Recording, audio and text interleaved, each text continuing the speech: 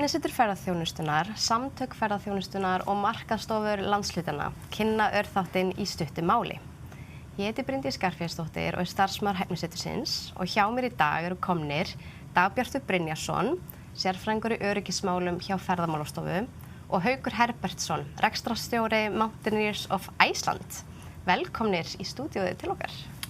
Takk fyrir. Ég ætlaði að byrja að spyrja þig, Haukur, af því að þú komst inn á Menntamorguninn á atvik sem kom upp með gesti og sagðir okkur frá lærdómnum á því. Og mér langaði að heyra hvernig Mountaineers of Iceland hefur verið að leggja áherslu á öryggismenningu og hvernig þið hafið sett það í fyrsta sæti.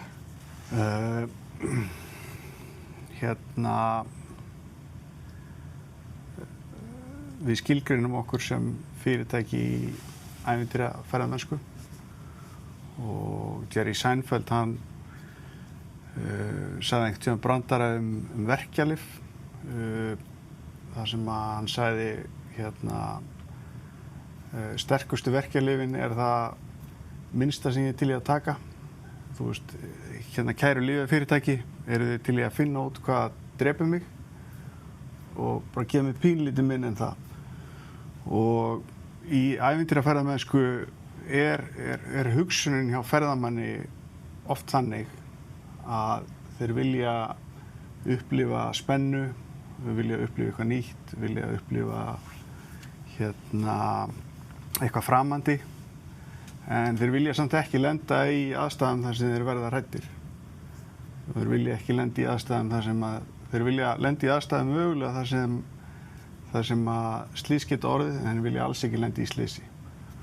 Þetta er eitthvað sem að við höfum nýtt þetta atvik til þess að læra mikið á og getum bæði kynnta þá fyrir öðrum ferðaþjónustuaðilum og getum líka kynnta fyrir viðskiptavinum okkar.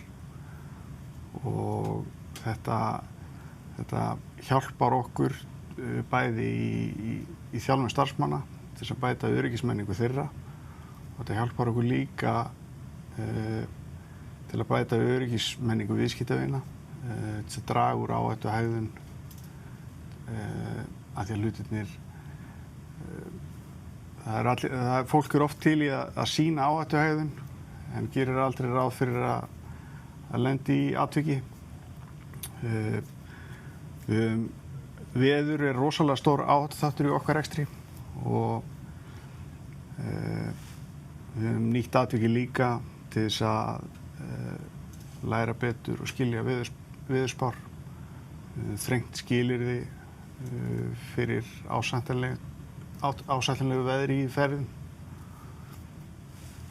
Já, svo þið tekið ýmiss konar aðgerðir eftir þetta sem aðrir geta lært af og dýramynda lærdómur. Já, og það var raunverulega tekin svo stefna strax í upphafi. Það var að deila þessum lærdóm, bæði atvikið í marga mánuði spilaði rosalega stórt hlutverk bara í rekstri fyrirtækisins og hjá öllum sem að því komu og við vorum hvattir sérstaklega úr iðnaðinum að deila reynslunum með öðrum af því þarna safnaðist saman mikið af gögnum og náttúrulega bara fyrirbyggja að aðrir lendi í sambærilegu atviki. Við höfum gengist við því að við gerðum ákveðin mistök þennan dag og við viljum deila þeim mistökum með öðrum. Já, eins og þú segir, það er svo gott að hafa svona raun aðstöð til að þjálfa starfsfólkið í hvort sem það hafi gerst eða gæti gerst. Þegar það setur starfsfólki í þessi spor. Já, af því að oft í þjálfunarefni þegar kemur nýrinn það getur alltaf komið þessi spurningi, já, en er þetta nokkuð að fara að gerast?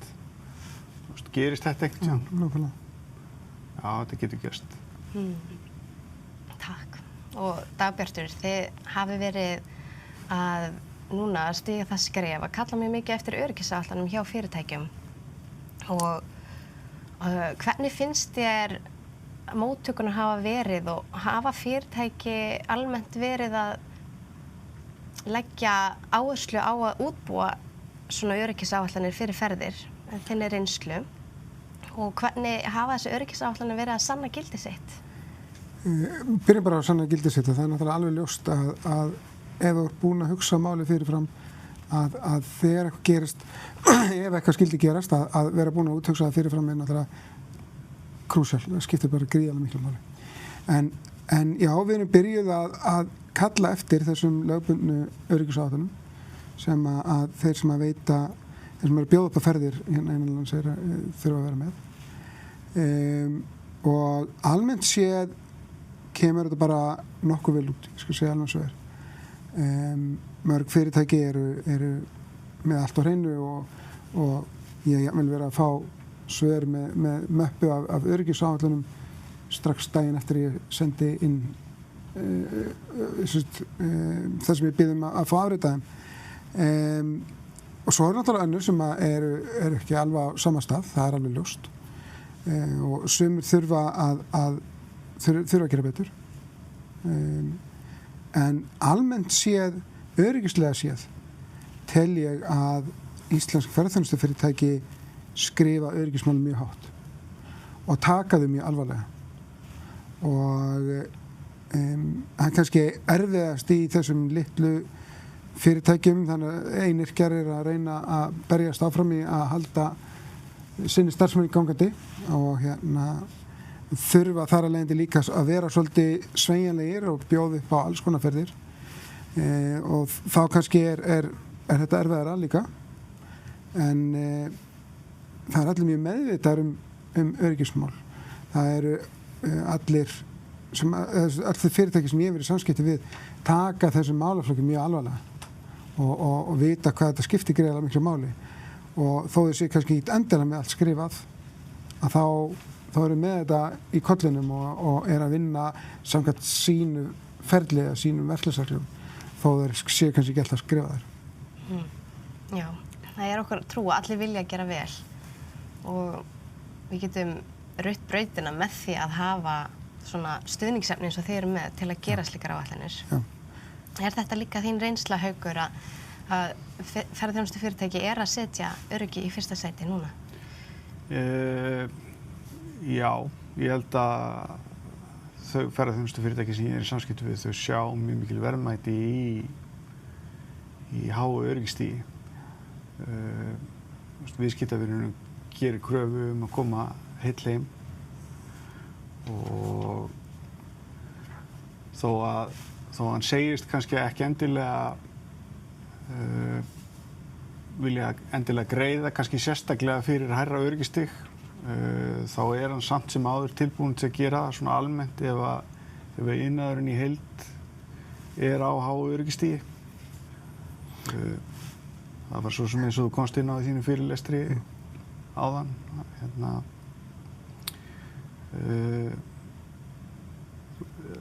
það að geta markaðsett Ísland sem öruggt land það mjög mikil verðmæti í því og ég held að flest fyrirtæki í bransanum séu sammála því. Við sjáum þetta líka svolítið í þessari afþreyingarferðamennsku að tökum bara Tröllaskagann sem dæmi sko. Þau slys sem að hafa orðið á Tröllaskaganum eru langsamlega sjaldnast hluti af skipulagðri ferð. Heldur það þá miklu frekar þessi sem ég kannski vil kalla afþreyju ferðamennska þar að fólk sem að koma sér myndirnar, heyri fréttirnar og les blogginn og allt þetta og veit hvert á að fara, hvar þetta gert og þess aftar og kann svolítið sjálft en kannski ekki ekki að hugsa öryggismálin nægilega vel sko. og þar hafa slysið verið að gera eins og bara tökum þessi Tröllaskagann sem dæmi. Já, mikið rétt. En þegar stjórnendur að innleiða öryggisáætlanir í fyrirtækjunum sínum, hvað svona, ef þú myndir nefna eitthvað mikilvægasta til að hafa í huga þegar það gert? Náttúrulega, að mínu áliti, öryggisáætlun á ekki að vera eitthvað plagg sem bara upp í hillu. Og öryggisáætlun á ekki að vera unnin af framkvæmdastjóra fyrirtækisins sem bara kemur og setja reglunar. Heldur, það þarf að virkja alla starfsmenn fyrirtækisins í það að útbúa öryggisáætlanina. í það að vinna áhættumatið, í það að vinna hvernig getum við dregið úr líkum eða áhættu og sömuleiðis varðandi verklagsreglur, hvernig gerum við í raun hlutina. Verklagsreglunar eiga að endurspegla það hvernig við í raun og veru gerum hlutina, ekki í hennum fullkomna heimi, heldur í raun og veru. Og við vitum það að bara tekur veður á Íslandi sem dæmi, að það eru fáar ferðir sem að verða nákvæmlega eins, af því að veðrið breytist og þess aftar. Þannig að, og þetta þarf alltaf að endurspeglast í verklagsreglunum og í áhættumatinu. En það er þetta að virkja alla starfsmenn í að taka þátt. Ef að starfsmenn eiga að fylgja þessu og vilja fylgja þessu, þá þurfa þau að eiga eignarhald í áætluninni. Þau þurfa að sjá sína móla. Þannig þetta er það sem ég benti á, þannig var það sem ég kom með og finna það að það er hlustað á það. Framkvæmdastjóri og stjórnendur fyrirtækjanna verða líka svolítið að vera tilbúin að sleppa ákvarðanatöku til leiðsögumannsins. Þannig að leiðsögumaðurinn veit það og þekkir það og treystir því að hann geti tekið ákvarðanir út í feltinu, út frá þeim aðstæðum sem eru hverju sinni. Já, sér þjálfað til að gera það og treyst til að gera það. Nákvæmlega. Og að líka það að menn komi sér upp svona skilgreindu þjálfunar áætlun. Hvaða kröfur gerum við til þeirra sem ætla að starfa fyrir okkur? Okkur alveg sama? Og ef það er málið, ef fyrirtækið er bara á þeim stað, þá skilgreinir það bara. En leið og við byrjum að hugsa þessa hluti, það er enginn sem vill vera þar, sko. Þannig að skilgreinum hvaða kröfur, þjálfunarkröfur við gerum til starfsmanna eftir því hvað þeir eru að gera. Hvað er dagsverð að gæta, hvað þarf hann að kunna og geta. Og hvernig ætlum við að viðhalda þeirri þekkingu. Hvernig ætlum við að þjálfa. Við erum með æfingar, ef við erum til dæmis í jöklagöngu, hvernig ætlum við að æfa sprungubjarganir reglulega og tryggja það að allir starfsmenn æfi það með reglulegum hætti. Þannig að þeir lenda ekki í því að vera allt í einu út í feltinu og hafa ekki framkvæmt þetta í mjög langan tíma. Takk kærlega, báðu tveir. Þeir eru gott spjall, mjög fróðlegt og við minnum á að kíkja inn á hæfni.is af því að það er komið nýtt efni öryggismenningu. Það sem þessi atriði meðal annars sem að það koma fram. Við þakkum fyrir okkur í dag. Takk.